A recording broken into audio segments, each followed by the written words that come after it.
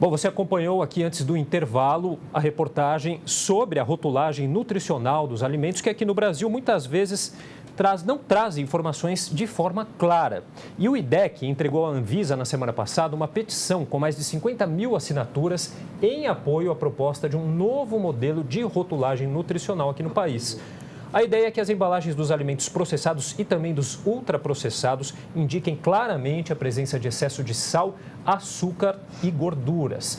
E para falar sobre esse assunto, eu recebo agora a nutricionista do IDEC, a Laís Amaral. Tudo bem, Laís? Olá, tudo bom? Tudo ótimo.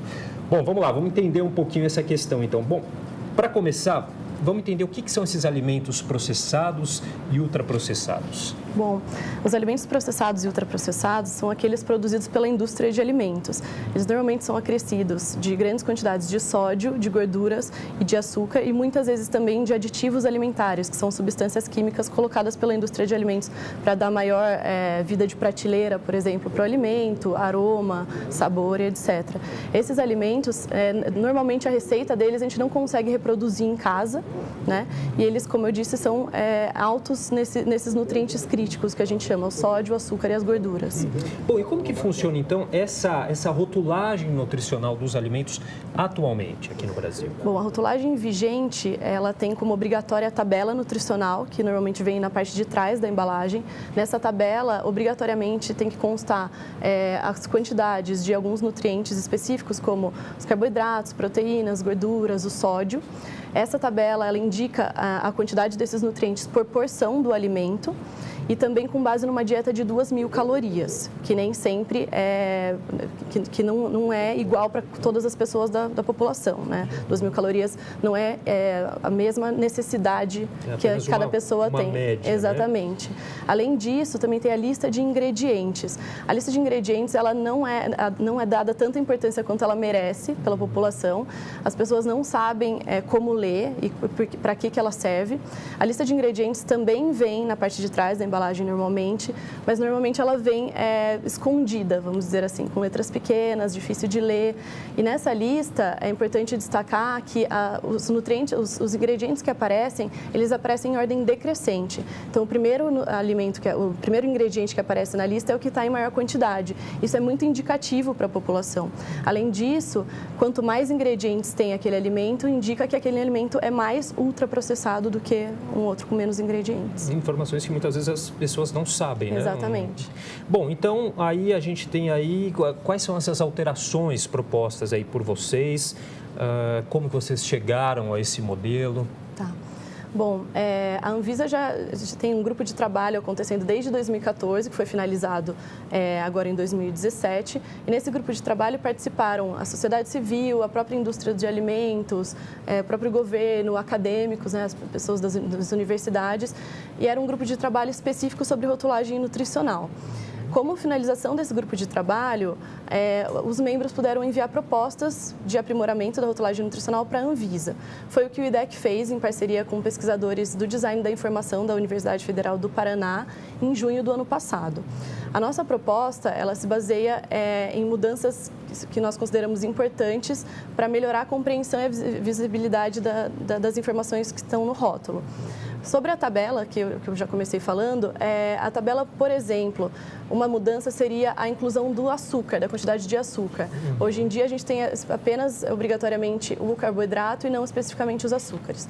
Isso seria uma primeira mudança. A segunda mudança que a gente propôs seria que não mais por porção fossem estabelecidas as quantidades, mas sim por 100 gramas do alimento e por embalagem. Por que 100 gramas? Se eu comparo dois alimentos, eu consigo ter a mesma base de comparação, diferentemente da porção, que é diferente para cada grupo de alimentos.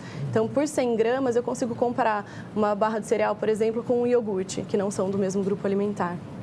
Além disso, na proposta também está estabelecido que haja uma padronização em relação à fonte, à letra, às cores, para que fique mais fácil a visibilidade e a leitura das informações. Um box branco seria incluído também, para que fosse destacado e afastado do resto da embalagem. E a lista de ingredientes também teria essa padronização, também com box branco. E é importante destacar a quantidade de ingredientes que tem naquele alimento. Então, seria como se fosse um título da lista de ingredientes, a quantidade de ingredientes. Então, por exemplo, 8 ingredientes, a gente já indica que aquele alimento é ultraprocessado. Além disso, na lista de ingredientes, uma coisa muito importante é que muitas vezes vem nomes técnicos escritos. Então, a gente não sabe identificar, por exemplo, quais são os açúcares naquela lista, que nem sempre vem escrito açúcar, pode vir com outros termos técnicos. Sim. Os próprios aditivos alimentares, que são as substâncias químicas incluídas.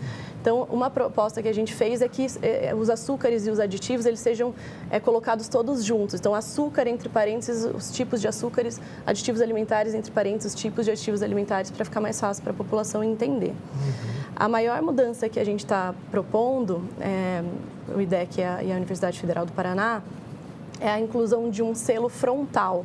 Então, seria um selo de... esse aqui que a gente vai mostrar. Exatamente. A Laís trouxe um exemplo aqui para a gente ver. Enquanto ela fala, eu vou mostrar aqui para vocês poderem observar aqui. Isso, exatamente. Então, esse seria o selo na parte da frente da embalagem, que seria obrigatório. Esse triângulo preto aqui que vocês estão vendo. Dentro de um box branco, indicando o excesso de nutrientes críticos, que seriam os açúcares, o sódio e as gorduras. É importante destacar que esse modelo ele só seria incluído nos alimentos processados e ultraprocessados, que são alimentos que são mais prejudiciais à saúde por conta dessa grande quantidade de nutrientes críticos. Os alimentos in natura, minimamente processados, são alimentos que a gente quer promover para uma alimentação saudável, então eles não receberiam esse selo. E, obviamente, ingredientes culinários, que são aqueles ingredientes que a gente adiciona nas preparações, como açúcar, sal, gorduras, eles também não levariam o selo, porque, obviamente, um pacote de açúcar não dá para a gente colocar um selo de alto em açúcar, né? Claro que esses alimentos têm que ser usados moderadamente, mas eles não levariam o selo. E em vista disso, Laís, qual que é a expectativa que vocês têm de retorno em relação à Anvisa? Então, no final do ano, as propostas foram enviadas para a Anvisa, tanto a do IDEC quanto a do setor das indústrias alimentícias e outros modelos de quem fez parte do grupo de trabalho foram enviados à Anvisa, né, as propostas, e os estudos que também foram embasados, essas propostas também foram enviados. A Anvisa está trabalhando nesses documentos, provavelmente vai ser divulgada uma análise da própria Anvisa em relação a isso. A gente espera, nossa expectativa é que seja daqui um mês, mais ou menos, para março, mas a gente não tem nenhuma data definida. Outra coisa que a gente tem expectativa de acontecer é uma consulta pública, que faz parte de qualquer processo regulatório, que é um meio muito importante da população mostrar a sua participação em relação ao que a Anvisa está sugerindo. A gente não sabe qual modelo a Anvisa vai colocar, se vai ser o do IDEC, o da indústria, algum outro que ela recebeu, ou até uma outra proposta deles mesmo, que pode ser um híbrido de outras propostas, mas a gente tem a expectativa de que isso aconteça por volta de março. É esperado também aí uma rejeição de parte aí das empresas, aí, já que vai ficar bem explícito aí esse excesso de alguns ingredientes, né? Isso. Então, a indústria, como eu disse, eles também participaram do grupo de trabalho e também enviaram propostas à Anvisa. A proposta deles de rótulo frontal, que não seria esse triângulo, mas seria um outro modelo, a proposta deles é uma proposta que precisa interpretar números e cores. Então, você precisa saber fazer conta, precisa interpretar algumas coisas que seriam muito mais complicadas para a população, do mesmo jeito que é hoje a tabela nutricional. Então, você precisa ter um certo conhecimento para saber o que tem ali dentro, diferentemente da proposta do triângulo, que é só bater o olho e você já sabe que ali dentro tem excesso de algum nutriente, não precisa nem saber ler para identificar. Compreensão, visualização e compreensão, né? E outro ponto importante de destacar é que a gente vê a indústria de alimentos avançando em projetos de lei. Eles estão tentando passar projetos de lei na Câmara e no Senado para passar o modelo de rotulagem frontal que eles estão propondo, que seria o semáforo nutricional. E é uma coisa que a gente vê com muita preocupação, porque a Anvisa é a agência responsável, o órgão responsável pela rotulagem nutricional dos alimentos no Brasil. Ela tem um corpo técnico específico para analisar e para propor coisas em relação à rotulagem. E a gente apoia muito a Anvisa que seja a decisão dela e não uma decisão por projeto de lei. O projeto de lei pode se sobrepor em relação à decisão da Anvisa. Bom, os alimentos processados aí representam uma boa parcela aí da dieta do brasileiro, cerca de 30%, né? É um número bastante expressivo. O que leva as pessoas a optarem tanto por esse tipo de alimento? Não acaba sendo um paradoxo? Hoje em dia a gente tem tantos programas e tantas questões que incentivam uma alimentação mais saudável, mas as pessoas consomem aí muito esses alimentos processados. Isso. Não dá para falar que é falta de opção. Enfim, o que acontece? É uma questão um pouco paradoxa, né? Isso. A gente já tem dados representativos, nacionais, de que a alimentação do brasileiro, felizmente, ainda é baseada em comida de verdade, que a gente chama, que são os alimentos tradicionais, arroz, feijão, entre outros. Porém, isso está mudando. Com o passar dos anos, a gente vê que essa mudança é realmente expressiva. Então, está diminuindo o consumo desses alimentos de verdade, essa comida de verdade, e aumentando o consumo de alimentos processados e ultraprocessados, que é muito preocupante por conta da má qualidade nutricional da maioria deles, né? Quer dizer, com o ritmo de vida que a gente leva hoje em dia, também as pessoas cozinham menos? Cozinham menos. A gente vê, sim, que está crescendo um apelo midiático em relação ao voltar a cozinhar. A gente vê algumas pessoas já falando sobre isso novamente, que é muito importante, mas não tem como negar o poder que a indústria de alimentos tem em relação às escolhas alimentares que são feitas pela população. Então, o próprio rótulo, né, que é o tema hoje, ele é muito apelativo em relação ao marketing que ele faz para o produto. Então, as informações nutricionais, que são a parte mais importante, que a gente deveria dar mais atenção, ficam escondidas por trás dos personagens que tem na frente da embalagem, os brindes que são dados, as cores e alegações que a indústria utiliza para chamar a atenção do consumidor. Então, o que acontece muitas vezes é que as pessoas não enxergam, não leem, não compreendem a informação nutricional e levam o produto pelas alegações que estão escritas na frente. Por exemplo, integral, caseiro, natural, esse tipo de alegação chama muito mais atenção do que a informação que deveria chamar a atenção do consumidor. Bom, existem modelos aí que parecem estar dando certo. A gente tem exemplos aí no Chile, se eu não me engano no Equador também, que serviram aí também de exemplo, de base aí, né, para essa nova rotulagem. O modelo de rotulagem frontal, né, que a gente colocaria na parte da frente da embalagem, que o IDEC está propondo, ele é um modelo baseado no modelo do Chile. É um modelo de advertência, então, que ele vai alertar a população em relação ao excesso do nutriente. E o Chile, ele já tem implementado esse modelo há mais de um ano já. Fez um ano agora no final de 2017. E ele é bastante parecido com o que a gente está propondo, mas ele é um octógono ao invés de um triângulo. E ele não teria essa borda branca. A borda branca, a gente achou importante colocar, isso com base nas pesquisas que a gente fez, essa borda branca foi importante porque ela separa o símbolo do restante da embalagem. Então, a embalagem é multicolorida, amarelo, vermelho, laranja, são cores fortes que normalmente são colocadas nas embalagens para chamar atenção. E, por exemplo, se fosse uma embalagem preta com o triângulo preto, então eu preciso de alguma coisa para separar essa informação do restante da embalagem.